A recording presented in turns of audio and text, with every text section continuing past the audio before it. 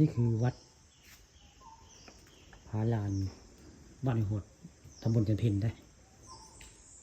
ตอนเช้ามื้อนี้ผู้ข่าพาทองคำพาชมวัดว่าอารามเพิ่นได้วัดว่าอารามของเจ้าวาดเพิ่นอยู่บ้านบึงสาได้อยู่วัดนี่วัดก็คือวัดปราสาทเอาไว้มองในปราสาทแถวเขาเจ้ามาเฮ็ดสำนักสงฆ์ไว้ง่ายนี่แต่ยังครูเพิ่นท่านอยู่บ้านบึงสาได้มันเป็นเจ้าวาดอยู่นี่เพิ่นว่านั้นนะถามแม่เพิ่นก็มาจังหันได้มาเจอกันมันทั้งแม่ทั้งพ่อได้บริเวณนั้นวัดถ้ำผาลานบ้านห้วยหวดตำบลยันเพ็ญผู้ข้าก็ไม่เคยมาจักเทื่อดอกวัดอันนี้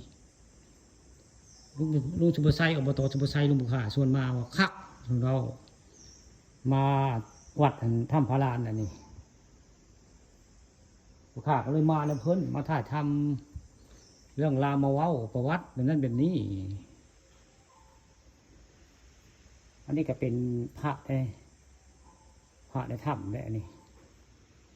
แต่ผู้ข้าเคยหูจักมาว่าพระทรงนี้นี่จะเป็นพระตะกี้ตะเก้าอันนี้เหมือนพระธรรมดาได้พระนี่พระเจ้าว่าพระเมืองบางบดพอแล้วตัวนี้สิสององค์นี้ได้ผู้ข้าเคยเห็นหน่วยงานเรื่องข้อเรื่องเจ้าพระแบบนี้มันสีมันเป็นพระธรรมดาง่ายแต่เป็นพระไม่ใช่มีเจ้ามีจอมได้ของลี้ลับเนาะของตามบุหินหน่วยง่ายถ้าใครเอาไว้พระอันนี้ไปนี่จะมีอันเป็นไปได้ถ้าเอาในสิ่งที่บุทรงพ้นเอานี่เจ้าจอมพ้นนำบ่อยง่ายพระทรงองค์พระเจ้าอยู่ในถ้ำในหิวนี่อันตรายที่สุดเพราะคนมีเจ้ามีจอม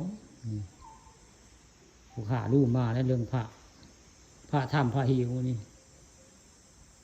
นี่คือพระสมัยใหม่เนี่ยนี่เดี๋ยวเบิ่งกระจักพระสมัยใหม่รู้เลยถ้าพระตะกี้ตะเก้าพระถ้ำเดี๋ยวเบิ่งมันสีบุคือหมู่มันสิเด่นไว้งานมันสิบุคือหมู่เลยตอนเช้ามื้อนี้ผู้ข้าพาทองคำพาชมก็เลยพามาชมวัดวาอารามของบ้านหวดวัดถ้ำผาลานบ้านหวดตำบลจันพิน